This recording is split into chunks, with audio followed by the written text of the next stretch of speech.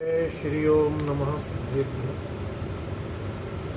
एष सुरासुरमंसुन्दवन्दितं दोदधादिकं ममलं प्रणमामि वर्धमानं तीर्थं नमस्कारतारं शेषे पूर्णतीर्थहरि ससौव सिद्धे विशुद्धसाभावे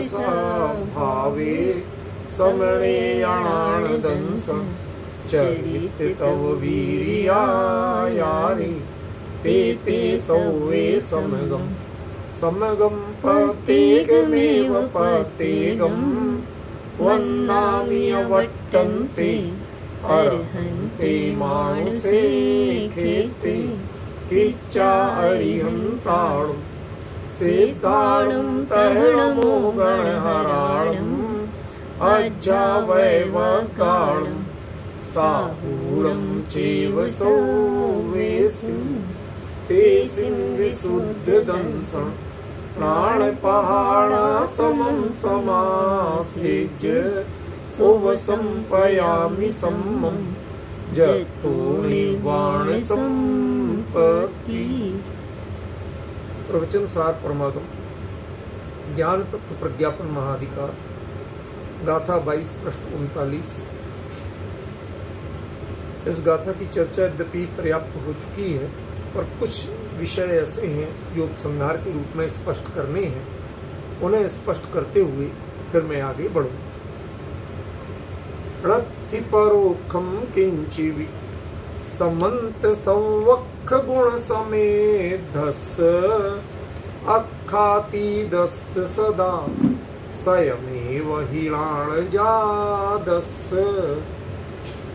इसमें एक तो अक्षातीत का व्याख्यान जो किया है जैसे ना चरदेव ने, उसका थोड़ा स्पष्टीकरण करना है।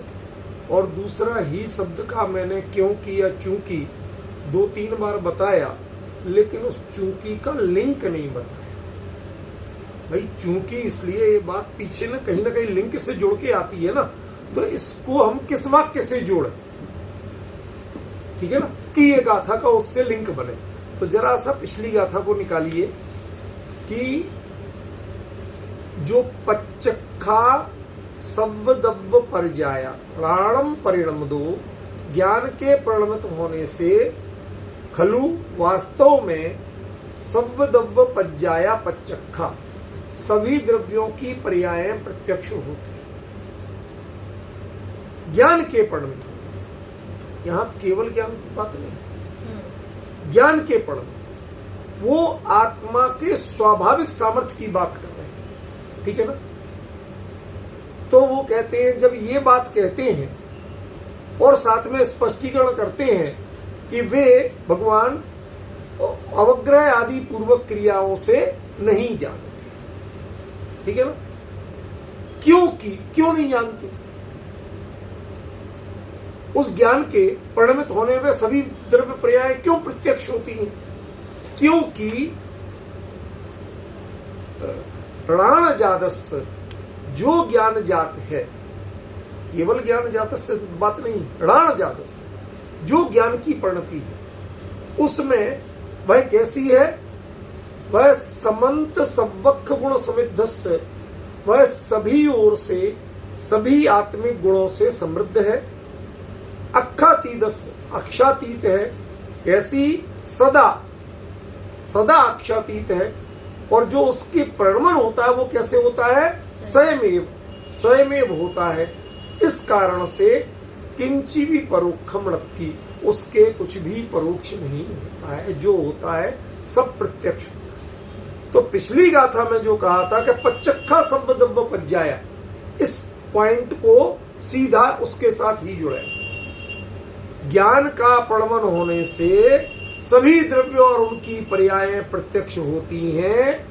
क्यों होती हैं? समझ गए? तो ऐसा प्रश्न करने पर कहते हैं क्योंकि। अब आप क्लियर हो गया?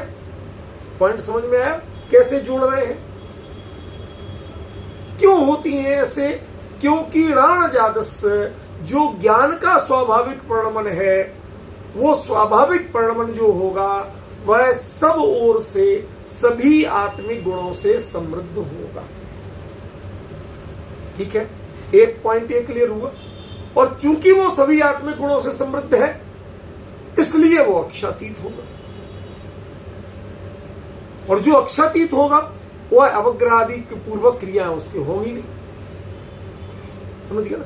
तो इन चीजों को परस्पर संबंध करके आचार्य ने बोला। तो ये जो ही शब्द है, इसका यदि जब हम देखेंगे तो नीचे कहीं भी ही का अर्थ ही, अरे जब स्वयमेव एव जोड़ दिया तो उसके बाद दूसरा निश्चयार्थक अव्यय देने की क्या जरूरत थी? ख्याल में? तो ये थोड़ी थोड़ी चूकें, क्योंकि नीचे जो अर्थ कर रहे हैं अन्वयार्थ वगैरह, ये कोई आचार्य तो मूल कर नहीं रहे, तो ऐसी चूकें होना स्वाभाविक है। और वो प्राकृत के भी इतने विद्वान नहीं थे जिन्होंने अन्वयार्थ किया। ठीक है ना? हिम्मत भाई वगैरह वो प्राकृत के विद्वान नहीं थे। हाँ, गुरुदेव के सानिध्य में रह के उन्होंने खूब अभ्यास किया, यथाशक्ति सावधानी रखी, लेकिन जो प्राकृत, ग्रामर और इनके परस्पर संबंध, ये जो व्याख्यान शैली है, उसके विशेषज्ञ नहीं होने से ऐसी छोटी मोटी कमियां रह गई, अंतर रह गए। उनको हम बुराई के रूप में नहीं कहते, लेकिन हमें जब पढ़ना है मूल से तो हमें सावधानी रखना होगी, उनका सुधार करना। ठीक है, अब बताएं कि क्या टीकाकार भी कभी कभी अभिप्राय सही होते हुए भी गलत ढंग से लिख देते? शब्द ध्यान देना, क्या कह रहा हूं? अभिप्राय सही होते हुए भी, मैंने अभिप्राय को गलत नहीं कहा, लेकिन इंटरप्रिटेशन या लिखने का क्रम गलत हो जाता है। मैं उनकी कोई अपमान करने के लिए नहीं कह रहा हूं। आप लोग कल के दिन पढ़े तो ये सावधानी आपको रखना, वरना वह अर्थ है किसी का और जुड़ जाएगा किसी और के साथ। समझ गए? बड़ी गंभीर विषय है, शांति से देखिए। जैसेनाचार्य की टीका, इसी गाथा के 22वीं गाथा के नीचे एक शब्द आता है ना, अख्खातीदस्य, मिला नीचे? थोड़ा देखिए, जैसेनाचार्य की टीका में मिलेगा अख्खातीदस्य। इसका अर्थ है अक्ष से अतीत। अक्ष माने इंद्रियां और अतीत माने रहित। ठीक है ना? इंद्रिय व्यापार या इंद्रिय प्रवृत्ति या इंद्रियों के आलम्बन, उनसे रहित। एक सिंपल अर्थ। अब इसका अर्थ क्या करते हैं आचार्य, वो सुनो। अख्खातीतस्य, अक्षातीतस्य इंद्रिय व्यापार रहितस्य। सीधी बात कह दी। अक्षातीत माने इंद्रिय व्यापार से रहित। इसी के साथ जोड़ दिया अथवा द्वितीय व्याख्यानम। एक अर्थ तो इसका कर दिया कि अक्षातीत माने इंद्रिय व्यापार से रहित। अब दूसरा व्याख्यान जो होगा तो ये किसका माना जाएगा? उसी का। अक्षातीत का ही माना जाएगा ना, कि किसी और का माना जाएगा? नहीं, उसी का। लेकिन अब वो क्या लिख रहे हैं? अक्षणोति ज्ञानेन व्यापनोति इति अक्ष आत्मा। मैंने यही कहा था, पूज्यपाद स्वामी ने सर्वार्थ सिद्धि में लिखा है अक्षणोति व्यापनोति जानाति इति अक्ष आत्मा। बिल्कुल लगभग थोड़ा सा क्रम का अंतर है, वही की वही बात कही। अक्षणोति ज्ञानेन व्यापनोति, जानाति की जगह ज्ञानेन व्यापनोति। ठीक है ना? इति अक्ष आत्मा, यहां तक तो ठीक है। ये तो एक्स्ट्रा परिचय, अक्ष का अर्थ आत्मा होता है, ये परिचय है। लेकिन तदगुण समृद्ध, उसके गुणों से जो समृद्ध है। अरे अक्ष के साथ अतीत शब्द जुड़ा था, तो अतीत का अर्थ समृद्ध कैसे हो जाएगा? अब ये अंतर कहां पड़ा? ये अर्थ द्वितीय व्याख्यान जो है वो सवक्ख गुण समृद्धस्य का है, वहां लगाना चाहिए था और जोड़ दिया अक्षातीत के बाद। तो भ्रम क्या हो रहा? पढ़ने वाले कहेंगे अरे इंद्रिय गुणों से रहित, इंद्रियों के अवलंबन से रहित और आत्मा के गुणों से समृद्ध। अब ये दो चीजों का कहीं मेल तो होना चाहिए।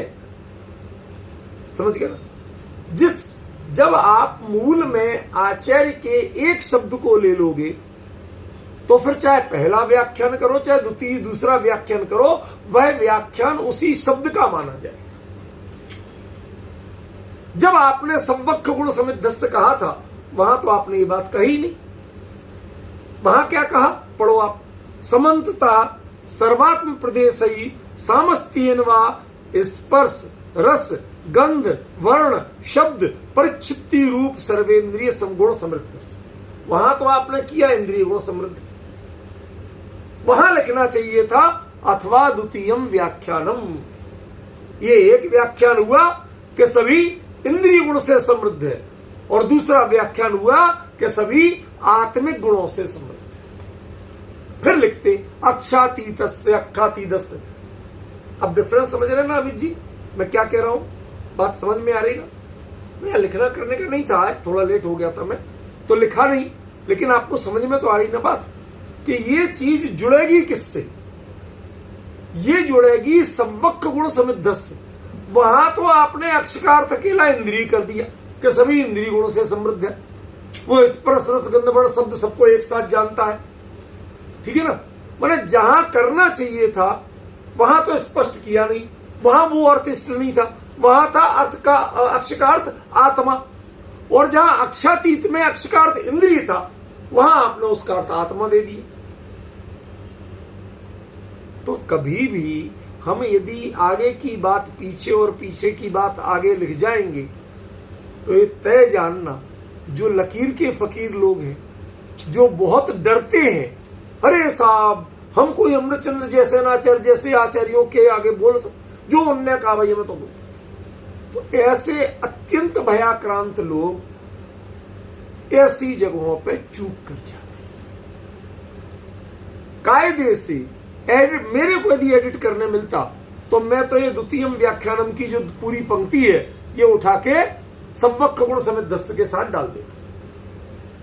और ये हुआ क्या होगा मैं आपको बताऊं, आपने पांडुलिपियां नहीं पढ़ी, मैंने स्क्रिप्ट मैंने बहुत पढ़ी। उसमें क्या होता है, एक बार एक बात लिख गए, जैसे संवक्ख गुण समिद्धस्य का सर्व इंद्रिय गुण समृद्धस्य स्पर्श गंध वर्ण आदि से समृद्ध, वो लिख गए। अब उसके बाद में जब उन्होंने पढ़ा होगा तो उन्होंने उसके बाद में वहीं ये जोड़ना था, तो वो क्या करते थे, जैसे ये शब्द है संवक्ख गुण समिद्धस्य, ये थोड़ा सा दिख रहा, इसके इधर पे वो ऐसा इतना सा मार्क करेंगे। और जो पांडुलिपि होती थी उसमें ऐसी होती थी पांडुलिपि, दिखाई दे रहा है, ऐसी पांडुलिपि होती थी, इसमें लाइनिंग होती थी, इसमें लिखा जाता था। अब सपोज करो कि यहां पर लिखा है संवक्ख गुण समिद्धस्य, अब इसके ऊपर वो हल्की सी लाइन लगाएंगे,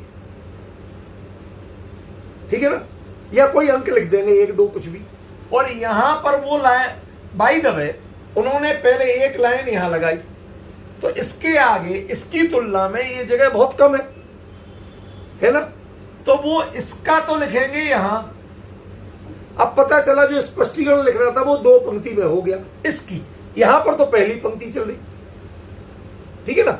अब इसका आया संवक्ख गुण समिद्धस्य का यहां आया, अब जब यहां आया यहां का मार्क है तो ये उसके नीचे ही आएगा ना, और नीचे की पंक्ति में आ गया था अक्षातीतस्य। तो पढ़ने वाले ने ये निशान पे नोट नहीं करके इसके साथ जोड़ दिया, मतलब ये गलती मूल आचार्य की नहीं थी, लिपि करने वाले, ये जो उसकी कॉपियर था ना, लिपिकार, नकल नवीस, आपके सहारनपुर की भाषा में नकल नवीस बोलते थे ना, ये नकल नवीस की गड़बड़ी थी। तो नकल नवीस की गड़बड़ी तो हम सुधार सकते हैं, नहीं सुधार सकते भाई, हम आचार्य के लिए नहीं कह सकते, लेकिन नकल नवीस की तो कर सकते ना। उसे जोड़ना था इसके साथ, चूंकि पंक्ति के सामने लिखा था इसके, तो उसने अक्षातीत के साथ जोड़ दिया। और आज की डेट में यदि ये पांडुलिपि मिल जाए तो इतने 35-40 साल का आज पांडुलिपि का अभ्यास है, मैं गारंटी देता हूं यही का यही निकलेगा और कुछ नहीं निकलेगा। समझ गए? तो अब गलती किसकी हुई? आचार्य की, लिपिकार की। कि लिपिकार की तो थी, वो तो अनपढ़ आदमी था एक तरह से, वो तो खाली नकल करना जानता था, जैसा लिखा मिला उसने वैसा लिख दिया। जहां जोड़ना था उसने इस पंक्ति के सामने था, इस पंक्ति के सामने जोड़ दिया। लेकिन जिन्होंने उस पांडुलिपि को एडिट किया है वो तो विद्वान थे ना, उन्हें सही जगह लगाना चाहिए था, उन्हें मूल पढ़ना चाहिए था। नहीं भी मिली थी मूल पांडुलिपि तो अपने आप समझना चाहिए था कि द्वितीय व्याख्यान संवक्ष गुण समिद्धस्य का है, अक्खातीदस्य का नहीं। अक्खातीदस्य का एक ही व्याख्यान किया चाहिए, और वो क्या किया कि अक्षातीतस्य इंद्रिय व्यापार रहितस्य, उसका तो मात्र एक व्याख्यान किया, उसका द्वितीय व्याख्यान किए ही नहीं। ये द्वितीय जो व्याख्यान है ये संवक्ष गुण समिद्धस्य का एक व्याख्यान किया, सभी इंद्रिय गुणों से युक्त, यानी स्पर्श रस गंध वर्ण शब्द सबको युगपत जानने वाला। और दूसरा व्याख्यान के सभी आत्मिक गुणों से। अब मेरी बात समझ में आ गई? मैंने यही अर्थ किया था कि नहीं किया था? बात वही निकल आई।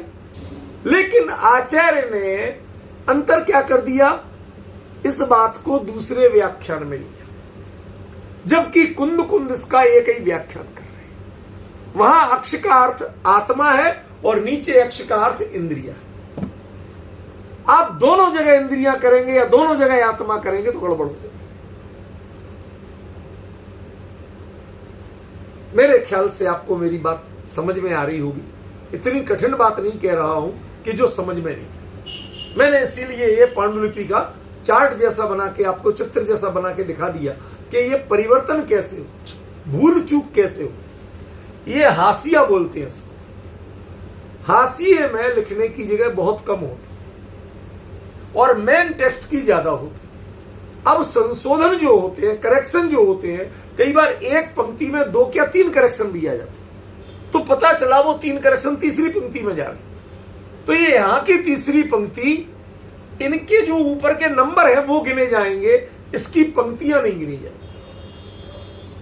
जो पंक्ति गिन के उस मैटर को लिखेगा करेक्शन को, वो अनाड़ी है, और जो पॉइंट गिन के लिखेगा वो समझदार है, वो पांडुलिपि का संपादक है। समझ गए आप? तो ये चीज आपको ध्यान रखना पड़ेगा। तो ये तो हुआ आचार्य जैसेन के साथ जो अन्याय हुआ उनके लिखे के साथ, वो सुधार करवाया मैंने। लेकिन एक चीज अपनी जगह स्टैंड करती है कि जब संवक्ष गुण समिद्धस्य का ये व्याख्यान यहां है ही नहीं कि वह स्पर्श रस गंध वर्ण शब्द सबको एक साथ जानता है, क्रम से नहीं जानता, ये अर्थ नहीं। क्यों? क्योंकि यदि ये अर्थ करोगे तो आत्मा अकेला रूपी पदार्थ का जानकार रहेगा, फिर अरूपी को नहीं जान पाएगा। जो ज्ञान जात है, स्वज्ञान का स्वाभाविक परिणमन है, वह क्या करेगा? अकेला रूपी पदार्थ को जानेगा। क्योंकि इंद्रियों के विषय रूपी पदार्थ है, अरूपी पदार्थ नहीं। तो ना वो आत्मा को जान पाएगा ज्ञान जात, और ना वो अन्य अरूपी पदार्थ यानी धर्म अधर्म आकाश काल इनको जान पाएगा।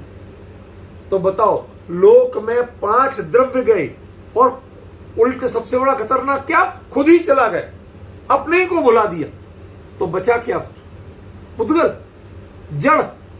उसके लिए सारी मेहनत की थी आपने, उसके लिए केवली बनने चले थे, उसके लिए केवली का स्वरूप समझना था क्या कि मैं स्पर्श रस गंध वर्ण शब्द सबको एक साथ जान लूंगा, इसके लिए केवली बनना है क्या? शांति भाई क्या कह रहा हूं? पुद्गल को जानने के लिए केवली बनना है क्या? देखो, विनय पूरी है लेकिन निर्णय उसमें लाग लपेट नहीं है। निर्णय आपको 2 टूक करना पड़ेगा, क्या सही है कुंद कुंदाचार्य का अभिप्राय। निर्णय वही करना पड़ेगा, अन्य किसी आचार्य का अपमान नहीं करना। विनय उनकी हम पूरी करेंगे, लेकिन यदि कहीं अंतर है तो उस अंतर का निर्णय हम पूरी दृढ़ता से करेंगे, उसमें हम अनावश्यक भय नहीं रखेंगे। और उस भय नहीं रखने का अर्थ यह कतई नहीं है कि हम उन आचार्य टीकाकार आचार्य की अवहेलना कर रहे हैं, उनकी गलतियां निकाल रहे हैं, ऐसा कतई नहीं। हम ये कह रहे हैं कि जो आपका पहला व्याख्यान है असल में वह कुंद-कुंदाचार्य देव का अभिप्राय नहीं, ये कह रहे। ज्ञान की पर्याय पांचों इंद्रियों के विषयों को एक साथ जाने, क्रम से नहीं जाने, हमें इससे कोई तकलीफ नहीं, अच्छी बात। लेकिन आत्मिक गुणों से समृद्ध होने का मतलब इंद्रियों के विषयों को एक साथ जानना नहीं है, ये बात क्लियर। ये बात आपने द्वितीय व्याख्यान में स्वीकार की, पहले व्याख्यान में स्वीकार की। ख्याल में पहले व्याख्यान से सिर्फ और सिर्फ भ्रम पैदा हो, समझ गए? तो ये भ्रम की बात हम करें ही क्यों? जो बात कुंद कुंद कह ही नहीं रहे हैं वो बात हम क्यों करें? ऐसे तो एक शब्द के अनेक अर्थ होते। अक्ष माने पासा भी होता है, जो जुआ खेलने का होता था ना, वो कौन सा मामा था, शकुनी मामा, पासे फेंकता था ना, उनका नाम भी अक्ष है। समझ में? अक्ष का अर्थ अकेला आंख भी होता। एक वैदिक परंपरा के न्याय दर्शन के एक बड़े भारी आचार्य हुए, उनका नाम था गौतम। उनका पूरा नाम पड़ गया बाद में अक्षपाद गौतम। क्या मतलब हुआ इसका? कुछ समझ में आ रहा है? सचिन, कुछ समझ में आ रहा है? नहीं आ रहा, कोई बात नहीं आ रहा तो मैं बताऊंगा क्या है। वो गौतम ऋषि ऐसे चिंतनशील थे कि चलते करते कुछ भी हो तो चिंतन करते रहते थे। अब आदमी जब चिंतन में लीन होगा,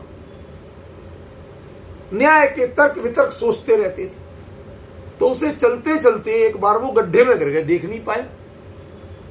समझ गए ना? गड्ढे में गिर गए तो भाई बड़े ऋषि थे, अब उनकी यहाँ की कहानी तो कहेगा भगवान आ रहे, निकलो भैया, कहाँ गिर गए तुम, कहाँ इतना सोचते रहते हो? तुमने कहा महाराज यदि हम प्रसन्न ही हुआ भगवान मेरे ऊपर तो मेरे पैर में आंख दे दो, जिससे मेरे पैर देख लिया करे, मुझे अलग से देखने की जरूरत नहीं पड़े। समझ गए? एक आंख पैर में और दे दो एडिशनल। समझ गए? उनके यहां तो सब मैं भगवान की मर्जी होती है, तो उन्होंने ठीक है तथास्तु, तो उनके पैर में भी आंख हो गई। समझ में? हमें ये समझ में नहीं आया कि जब पैर में नीचे आंख हो जाएगी और वो पैर रखेगा जमीन पे तो उसे दिखाई कैसे देगा, और आंख में कांटे कैसे नहीं चुभेंगे, कंकड़ कैसे नहीं चुभेंगे, वो आंख काम कैसे करेगी?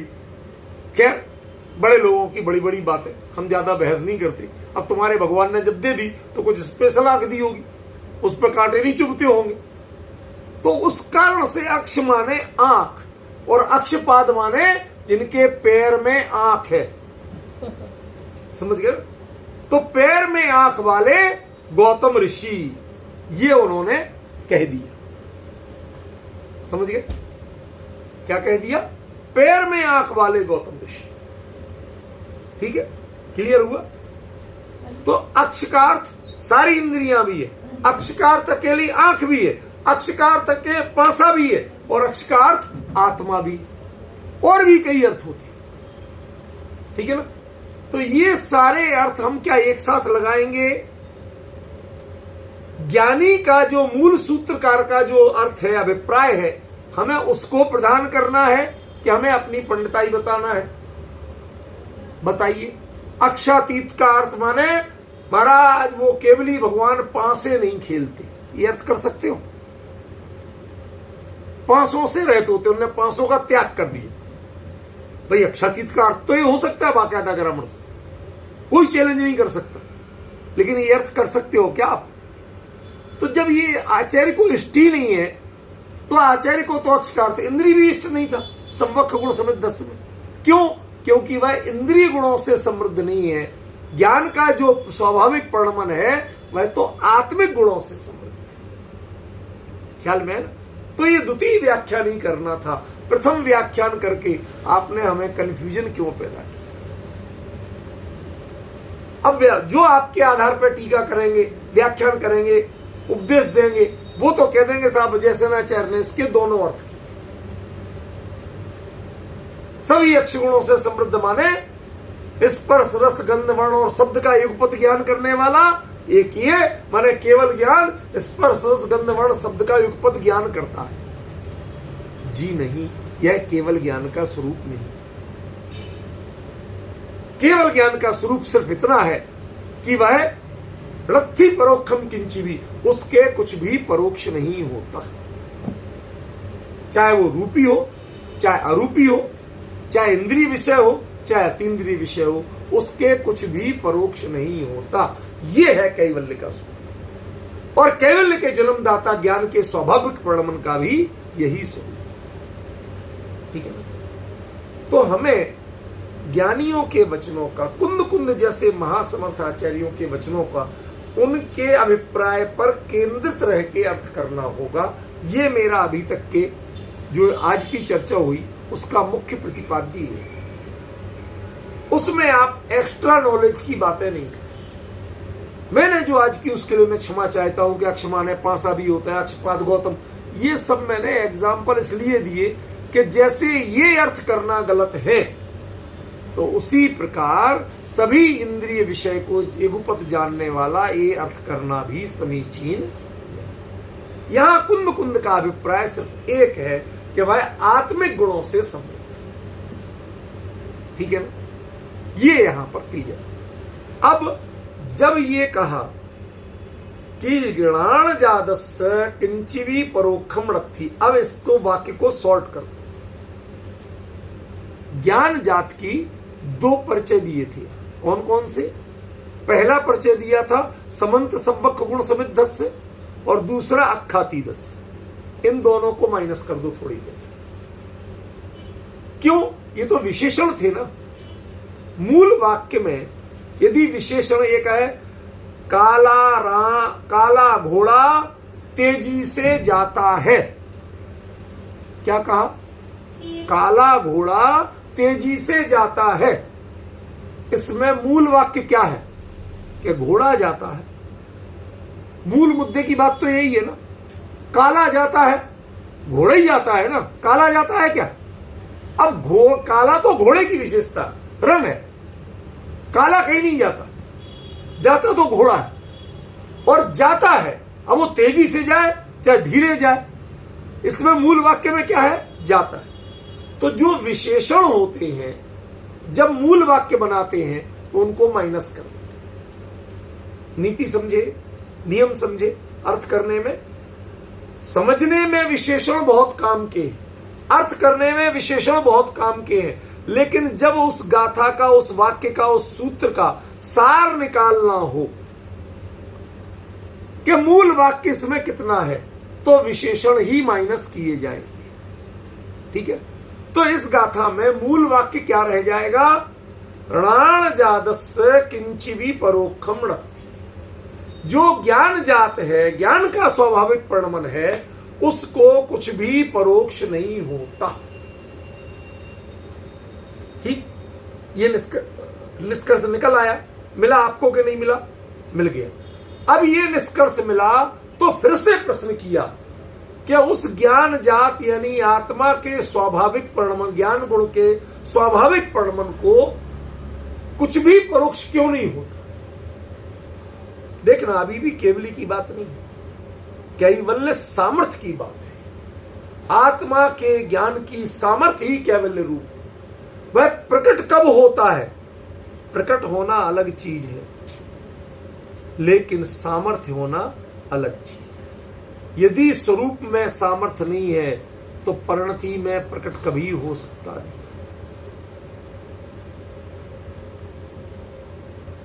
एक बात बताओ, परमोदारिक शरीर को केवल ज्ञान हो सकता है कि औदारिक शरीर को? दो में से किस शरीर को केवल ज्ञान होगा? सिंपल सी बात पूछ रहा हूं मैं, परमोदारिक को होगा कि औदारिक को होगा? ये जिसके पूरे स्क्रू ढीले हैं ना, वो बोले, कोई कह रहे औदारिक को, कोई कह रहे परमोदारिक। टोटल स्क्रू ढीले हैं। अरे शरीर को केवल ज्ञान होता कहां है? भले आदमी, क्यों धोखे खाते हो? अब समझे मैं बात में उलझाता कहां हूं? आपको लगा हाँ परमोदारिक, अरे परमोदारिक शरीर, परमोदारिक शरीर के धारी, चपक श्रेणी मारने वाले आत्मा को केवल ज्ञान होता है, शरीर को नहीं होता। अब डिफरेंस समझे कि नहीं समझे?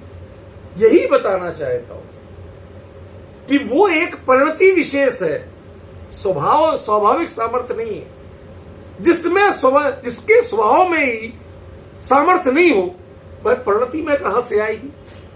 शरीर में ज्ञान जानने की सामर्थ्य ही नहीं है, तो शरीर चाहे परमोदारिक हो जाए, चाहे औदारिक रहे, चाहे वैक्रियक रहे, उसमें केवल ज्ञान की सामर्थ्य आएगी कहां से?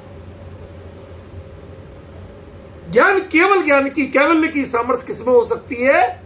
ज्ञान के परिणमन में हो सकती है, ज्ञानमय तत्व में हो सकती है, वह ज्ञान रहित तत्व में नहीं हो सकती। इसलिए शरीर चाहे औदारिक हो, चाहे परमोदारिक हो, उसको केवल ज्ञान नहीं हो सकता। अब मुद्दा समझ में आ गया? तो मूल क्या था? ज्ञान की परिणति में सामर्थ्य होना चाहिए कि वह लोकालोक को जान सके, वह सब कुछ प्रत्यक्ष जान सके, उसे कुछ भी परोक्ष नहीं रहे। ऐसी सामर्थ्य ज्ञान की परिणति में होना चाहिए, ज्ञानवान तत्व में होना चाहिए। जब ये प्रश्न किया कि ऐसा क्यों होता है, ज्ञान जात के ज्ञान की स्वाभाविक परिणमन जो है उसके कुछ भी परोक्ष नहीं होता, ऐसा क्यों? क्या लॉजिक है, क्या कारण है? तो अगली गाथा शुरू होती है, आदाणाण पमाणम राणम रेयपमाणमोदिष्ठम रेयम लोया लोयम तम्हाणाणम तु सवगयम। मूल वाक्य कितना है? इतना सा, राणम सवगयम, ज्ञान सर्वगत है। अब सर्वगत के दो अर्थ। गत माने सब जगह गया हुआ, सब में व्याप्त, और दूसरा जितनी गमनार्थक धातुएं होती हैं उन सभी का अर्थ ज्ञान भी होता है, गारंटी से। जैसे गच्छति माने जाता है, लेकिन अधिगच्छति, अवगच्छति, ये जुड़ गए ना, तो उस गच्छति का अर्थ ही होता है जानता है, फिर जाता है अर्थ नहीं। सह नूनम अधिगच्छति, सह नूनम अवगच्छति, तो इसका अर्थ ये नहीं होगा वह वास्तव में जाता है, उसका अर्थ होगा वह वास्तव में जानता है। लेकिन जब हम कहें सह नूनम गच्छति, वह वास्तव में जा रहा है, भाई रोको रोको उसे, वो तो सही में घर छोड़ के जा रहा है, तो वहां अकेला गच्छति माने जाना अर्थ। लेकिन अधि अब ये कोई भी उसके साथ जुड़ जाए तो उसका अर्थ क्या होगा? जानना, जाना नहीं।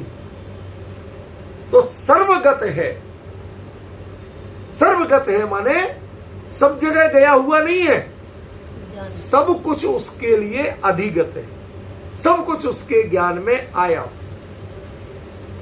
उसके ज्ञान से कुछ भी नहीं बचा। ठीक है ना? ये इसका वास्तविक अर्थ है। लेकिन ये इस अर्थ पे पहुंचेंगे कब? कि जब तीन पंक्तियों के अर्थ लगा लो, तीन वाक्यों का अर्थ लगा लो। पहला वाक्य क्या है? आदाणाण प्रमाणम, आत्मा ज्ञान प्रमाण है। दूसरा वाक्य क्या है? राणम णेय प्रमाणमोदिष्ठम, और ज्ञान कितना है? ज्ञान ज्ञेय प्रमाण। इन सब शब्दों के अर्थ आपने कई बार सुने होंगे, लेकिन अब जब ये गाथा आगे बढ़ेगी तो आपको सारी परिभाषाएं मिटाना पड़ेगी। इरेजर तैयार रखिए, डस्टर तैयार रखिए, सब मिटाना पड़ेगा। द्वारा नहीं, पहले मिटाओ फिर नया लिखो। क्यों? असलियत उसकी कुछ और है और आपने अर्थ कुछ और पढ़ा है। पहले समझ लें। रेयम लोया लोयम, आत्मा ज्ञान प्रमाण है, ज्ञान ज्ञेय प्रमाण है, ज्ञेय लोकालोक है। तम्हा, इस कारण राणम तु सवगयम, ज्ञान सबको जानता है। अब यहाँ ज्ञान सबको जानता है कि केवल ज्ञान सबको जानता है? बताओ। ज्ञान। आत्मा आचार्य देव ने सिर्फ ज्ञान कहा। ये समंत भद्राचार्य और कुंद कुंदाचार्य के जो कलिकाल सर्वज्ञत्व में जो सबसे बड़ा अंतर है ना, वो यही है। वो ज्ञेय के आधार से केवली को सत्ता सिद्ध करते हैं, ये ज्ञान की सामर्थ्य से कैवल्य की सत्ता सिद्ध करते हैं। ये ज्ञान की सामर्थ्य ऐसी, हम क्या करें? जिसकी सामर्थ्य इतनी है वो छोटा मोटा क्यों जानेगा? क्यों भाई साहब? कोई कहे कि हमारी बारात बैलगाड़ी में आई थी,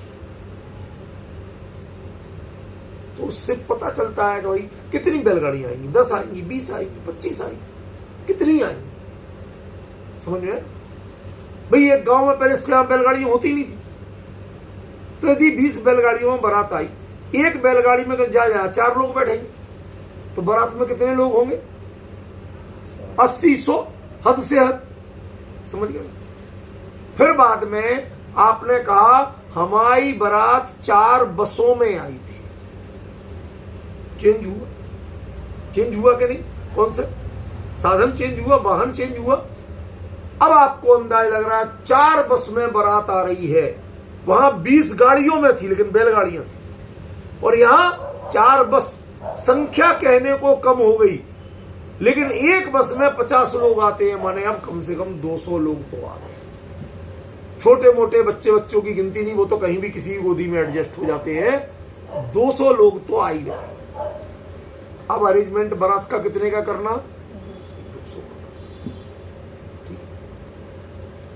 और उसके बाद कहें कि अमित जी से अप्रोच लगा के पूरी एक राजधानी एक्सप्रेस बुक कराई है भाई साहब बारात वालों।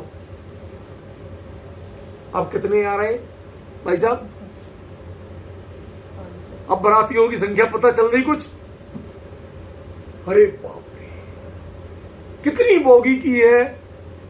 20 बोगी। एक बोगी में मिनिमम कितने आते हैं?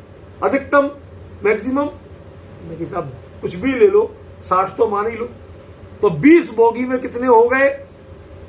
कि 1200 आदमी। अब माने आपको रुकने की व्यवस्था, जैसे जनवासा, बारात गृह, आज की हालत भाषा में जो बैंक्वेट हॉल या जो भी चाहिए होटल, वो कितने का चाहिए? 1200। माने आपने परिभाषा या परिचय दिया वाहन का, और उससे वह व्यक्ति जिसके यहां बारात आ रही थी, वह किस वाहन से आ रही है इसका हिसाब नहीं लगा रहा। क्यों? क्योंकि उनको वाहन के लिए कुछ थोड़ी करना, वह वाहन की सामर्थ्य, उसकी क्षमता, उसके आधार पर किसका हिसाब लगाएगा कि मुझे व्यवस्था कितने लोगों की करनी। 20 बैलगाड़ियों में आ रही है, हद से हद होंगे तो 100 लोग, तो उसे 100 लोगों की व्यवस्था करना, वो तो इतनी चिंता है। 4 बसों में आते ही 200 लोगों की व्यवस्था करना। समझ गए? ये संख्याएं जो बदल रही हैं, बात कही जा रही है वाहन के बारे में, परिचय दिया जा रहा है वाहन का, और हिसाब लगाया जा रहा है बारातियों का। एम आई राइट और रॉन्ग? यही करते हो कि नहीं? बताया क्या जाता है?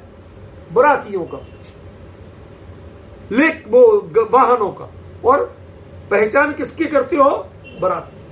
माने हमें इतने लोगों के लिए गिफ्ट देना है, इतने लोगों के लिए रहने की व्यवस्था करना है, इतने लोगों के लिए भोजन की व्यवस्था करना है। ये सब करते कि नहीं करते शांति भाई? यही होता ना गांव में। आजकल आपके भले ही ये बारात का कॉन्सेप्ट ही खत्म हो गया। 2 कदम पहले से चल लेते, 4 लोग मटक लेते, हो गई बारात। कहाँ के बाराती और काय का क्या? और पहले तो होता था ना ये सब। तो मुझे कोई आपके बारात में इंटरेस्ट नहीं। मेरा इंटरेस्ट किसमें है कि जब आप वाहन बात करते हो वाहन की, लेकिन वाहन की क्षमता के हिसाब से निर्णय करते हो बारातियों के स्वागत के अरेंजमेंट कि मेरे यहां इतने लोगों के लिए अरेंजमेंट है कि नहीं। बारात रवाना हो गई, उनकी हो गई, कितने वाहन आए, कौन से वाहन में हुई, उतना बताते ही समझ जाते। तो आप बात वाहन की करते हो और गिनती व्यवस्था बारातियों की करते हो। ऐसे ही आचार्य देव ने यहां बात की है आत्मा ज्ञान प्रमाण है, ज्ञान ज्ञेय प्रमाण, ज्ञेय लोकालोक है, इसलिए आत्मा सर्वगत है। ये जो त्रिकोण पहले मैं भी बना के बताता, यहां अर्थ असल में उससे भी काफी भिन्न है। पहले ये बताओ कि आत्मा ज्ञान प्रमाण ही क्यों है, उसमें दर्शन प्रमाण क्यों नहीं, सुख प्रमाण क्यों नहीं, वीर्य प्रमाण क्यों नहीं? क्या ये गुण आत्मा में नहीं है ना? और पूरे में व्याप्त है, हर प्रदेश में व्याप्त है।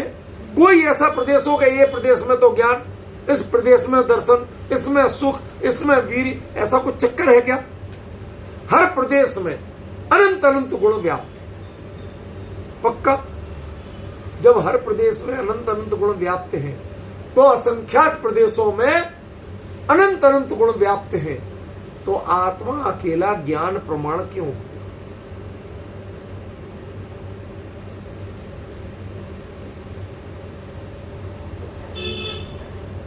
सोचिए आराम से। मैं आपको जो चुप होके आपको सोचने का समय दिया, प्रश्न लगातार बोलते हैं ना, सामने सोचने का कई बार समय नहीं। मैं चाहता हूं आप लोग विचार करें। अभी तक आत्मा ज्ञानम स्वयं ज्ञानम ज्ञानाद अन्यत् करोति किम, ये सब बातें समय सार की ठीक है, ये प्रवचन सार है, समय सार नहीं है। क्योंकि समय सार में प्रयोजन के हिसाब से बात करते, प्रवचन सार में वस्तु स्वरूप के हिसाब से बात करते। तो वस्तु स्वरूप जब ये है कि आत्मा के प्रत्येक प्रदेश में, असंख्यातों के असंख्यातों प्रदेश में अनंत अनंत गुण विद्यमान है कि नहीं है ना? तो फिर आत्मा अकेला ज्ञान प्रमाण क्यों कहा? कम से कम केवली को तो ईमानदारी से कथन करना चाहिए।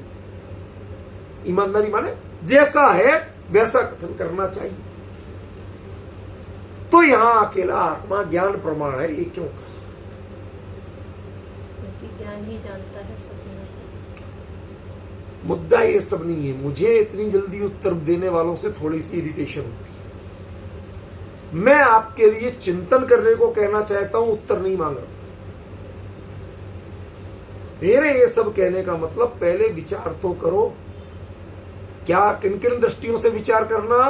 पहली दृष्टि ये कि प्रवचन सार माने केवली ने जैसा वस्तु का स्वरूप देखा वैसा कहा और वैसा ही कुंदकुंदाचार्य देव ने लिखा। यदि ये केवल ज्ञान आधारित बात है तो इसमें विवक्षा कैसे आई? विवक्षा तो नए का नाम है, ये किसी नए का कथन तो है नहीं कि निश्चय नए से आत्मा ज्ञान प्रमाण है क्या ऐसा? लिखा है क्या ऐसा? जब आपने नए विवक्षा की बातें नहीं की, किसी अपेक्षा की बातें नहीं की, तो बिना अपेक्षा के आत्मा अकेला ज्ञान प्रमाण क्यों कहें? पॉइंट समझ में आ रहा कि नहीं आ रहा? बिना विवक्षा या बिना अपेक्षा के, आपने अपेक्षा तो स्पष्ट की नहीं कोई, ठीक है ना?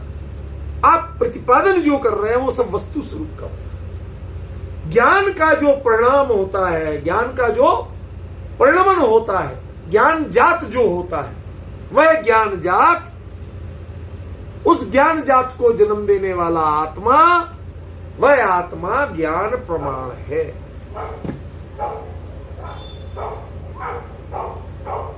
इससे कुछ नहीं होता उपल में। अभी उत्तर आ ही नहीं। अभी तो मैं आपके प्रश्न को ही स्पष्ट कर रहा हूं। क्या है ये पता? तालियां काय पे बजा देती है? जब चांदी की थाली स्टोर से निकाल के मांझ के चमकाई जाए तो ये उस पर तालियां बजाती है। और मेरी आदत है कि जब उसमें बढ़िया लड्डू कचौड़ी पकवान रखे जाए और कुछ खाने मिले जिससे पेट भरे, हम तो तालियां तब बजाते। ये भूमिका पे प्रसन्न होती है, हम निष्कर्ष पे संतुष्ट होते हैं। ये भूमिका है, ये मैं किसी अभी उत्तर दे ही नहीं रहा हूं, मैं आपको सोचने को मजबूर कर रहा हूं। जब तक आप उस लेवल पे नहीं पहुंचोगे, मैं जानता हूं जब अष्टापद कैलाश की बुक लिख रहा था तो उसमें जब कैलाश पर्वत, मानसरोवर झील, जब मानसरोवर झील में नहाने का वर्णन किया तो उस समय मैं इसी गर्मी के दिनों में लिख रहा था। यही दिन थे, कोई ठंडक के दिन नहीं थे, वो भी मई का महीना था। मई का महीना होते हुए भी वो लिखते समय मेरे रोम रोम कांप रहे थे। हर्ष विषाद कुछ नहीं था, भावों से उस चीज को मानसरोवर झील में नहाते हुए कैसा लगा था। कोई बचने की ओट तो थी नहीं। सैकड़ों मील लंबी चौड़ी झील, उधर कैलाश पर्वत बर्फ से ढके हुए और वहां से हवाएं आ रही, उनमें कोई रहम नाम की चीज होती है? प्रकृति के न्यायालय में घूसखोरी नहीं चलती। आप क्या चाहते इसके हिसाब से प्रकृति परिणत नहीं होती, वो तो अपने स्वभाव के हिसाब से परिणत होती। आप जितनी चाहे व्यवस्थाएं कर लो, लेकिन वहां की हवाओं को बदल सकते थे। वहां के पानी का टेम्परेचर जरूर पूर्णमासी के दिन थोड़ा सा ठीक होता है, लेकिन उसमें पैर रखने में कपकपी छूटती है। तो वो पानी लेके यदि मग्गे से भी ऊपर डालो तो क्या लग रहा हो। उस मई के महीने में रीढ़ की हड्डी कांप गई थी, कपकपी आ गई थी। फीलिंग बदली कि नहीं बदली? मैं चाहता हूं आप अपनी सोच चिंतन की जो संवेदना है उसको बदलो। वह संवेदना कहां बदलना चाहिए? आत्मा ज्ञानम स्वयं ज्ञानम ज्ञानादन्नत करोति कि ये समय सार है, वो विवक्षा है। यहां विवक्षा नहीं है, वस्तु स्वरूप। अब आप बताइए कि आत्मा ज्ञान प्रमाण है का क्या अर्थ है?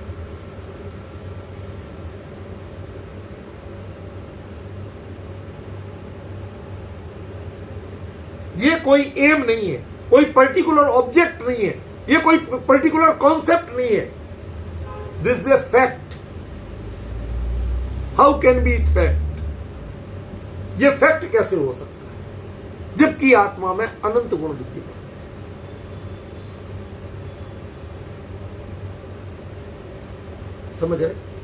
समझ रहे मेरी बात? मैं थोड़ा सा बताऊं, थोड़ा सा, इतना सा सोचने का संकेत कर रहा हूं। 10 मिनट बचे हैं, इतने में आपके दिमाग को दौड़ाना तो शुरू करना है, जब तो कल इसका अर्थ समझ पाओगे। छोटा सा रोचक दृष्टांत देता।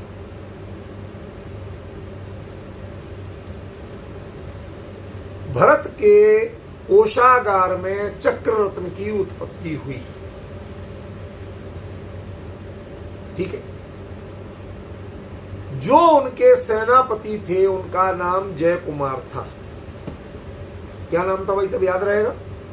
जय कुमार, उनके ही भाई थे, ठीक है ना। सेनापति जय कुमार 6 खंड को जीतने जाएंगे, 6 खंड को जीतेंगे, युद्ध के लिए सेना की व्यवस्था करेंगे, नेतृत्व करेंगे, सब कुछ हो। तो चक्रवर्ती किस बात का चक्रवर्ती है, ये तो बताओ।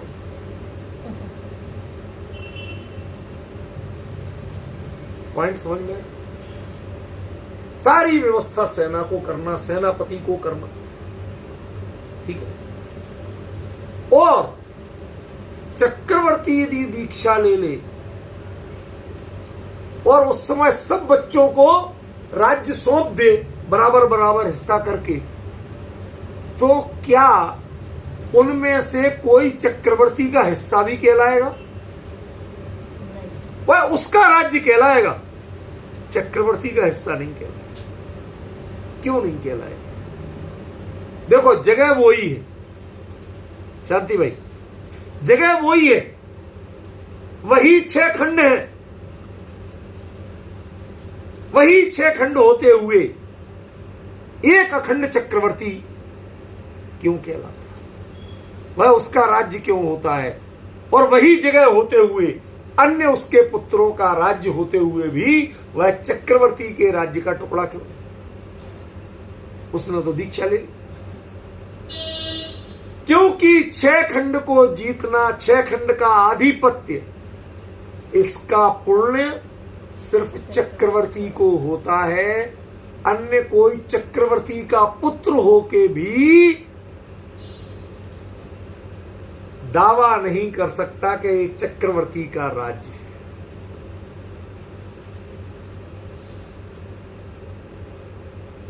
तो चक्रवर्ती उसमें करता क्या है ये बताओ? 6 खंड को जीतता है, 60,000 साल तक लड़ने गया, दुनिया भर के कर्म किए। मैं पूछना चाहता हूं, लड़ते सैनिक हैं और सब बातें अलग अलग होती हैं, क्यों 9 निधि और 14 रत्न के प्रभाव से जीत जाता है? चक्रवर्ती ने इसमें क्या किया? किस बात का वो चक्रवर्ती और किस बात का वो चक्रवर्ती का साम्राज्य?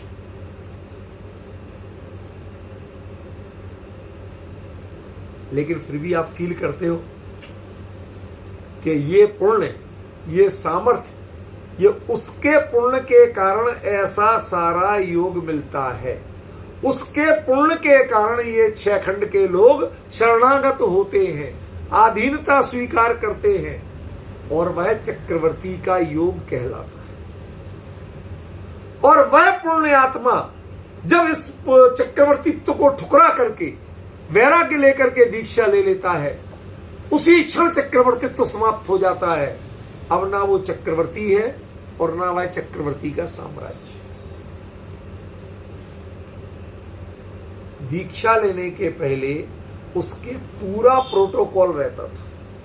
शांति भाई, ये दृष्टांत बड़ा सोच समझ के दे रहा हूं। इसी दृष्टांत के बिल्कुल ज्यों के त्यों क्रम से इस पंक्ति का अर्थ लगेगा कल आदान प्रमाणम का, इसलिए ध्यान से सुनना। ये दृष्टांत मनोरंजन के लिए नहीं। क्या कहा? चक्रवर्ती ने जो अपने चक्रवर्ती काल में 365 दिन के लिए 365 रसोई हो, हर कोई उसके लिए उतना गरिष्ठ भोजन तैयार करता था। 364 दिन की तैयारी और 1 दिन खिलाना। इवन उनके लिए यदि किसी को चने का लड्डू बनाना है तो वो उसके लिए चना स्पेशल अपना पैदा करेगा, खेती वो करेगा, उसकी तैयारी करके कब क्या कैसे होना, खेती में भी क्या क्या डलना, हर चीज की व्यवस्था करके जब वो चना भी ऐसा स्पेशल होगा कि किसी को नसीब नहीं, इतनी सारी तैयारी करता है। ये चक्रवर्ती के पुण्य से होता है कि नहीं होता है? ये सब होती है। दीक्षा ले ले तो 365 में से कौन सा रसोइया भोजन बना के देगा और किसका आहार लेंगे? माने वो पुण्य का त्याग करते। यदि पुण्य को अंगीकार किए रहें, पुण्य के अंश को भी अंगीकार रखें, तो मुनिराज नहीं हो सकते, दीक्षा नहीं हो सकती।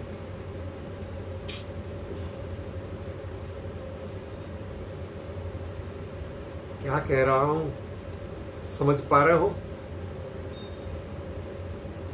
ये इसके पहले सोचा नहीं था, वाक्य अपने आप निकल रहा है।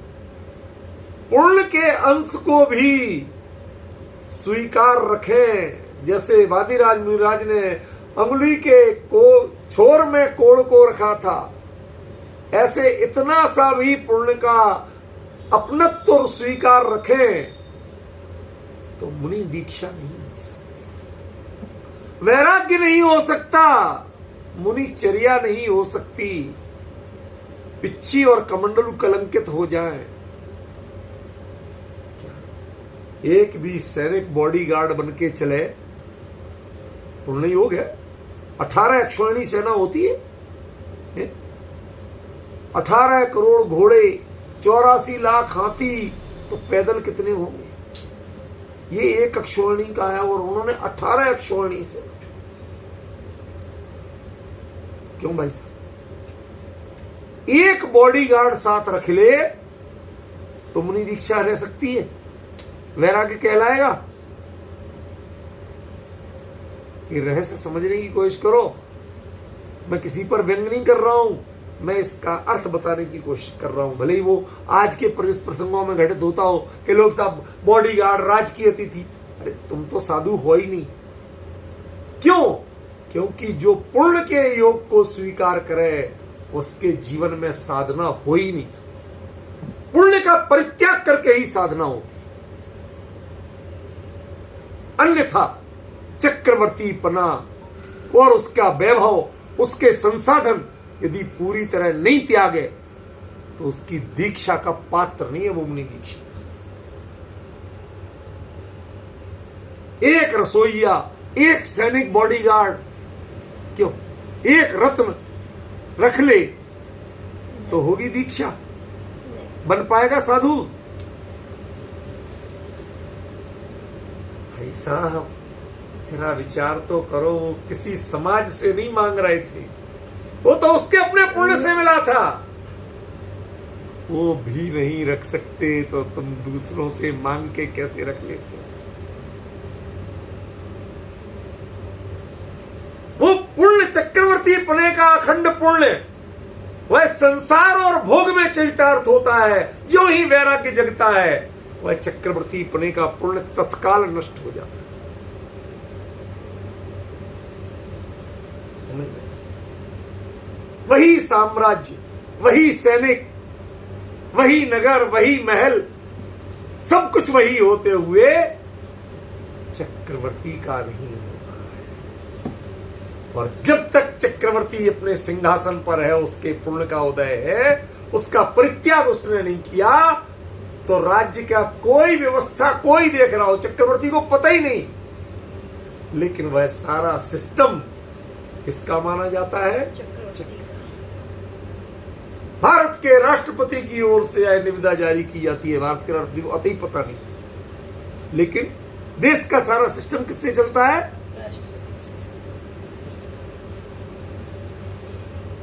आत्मा ज्ञान प्रमाण क्यों है? क्योंकि आत्मा का संपूर्ण स्वरूप, संपूर्ण सिस्टम वह मात्र ज्ञान से ही चलता है, अन्य किसी से चलता नहीं। किस ज्ञान से? जो ज्ञान स्वरूप से परिणत हुआ, स्वाभाविक परिणत हुआ। ऐसे स्वाभाविक परिणति वाले आत्मा का परिचय क्या है? वह आदिनाथ का बेटा नहीं है, चक्रवर्ती है।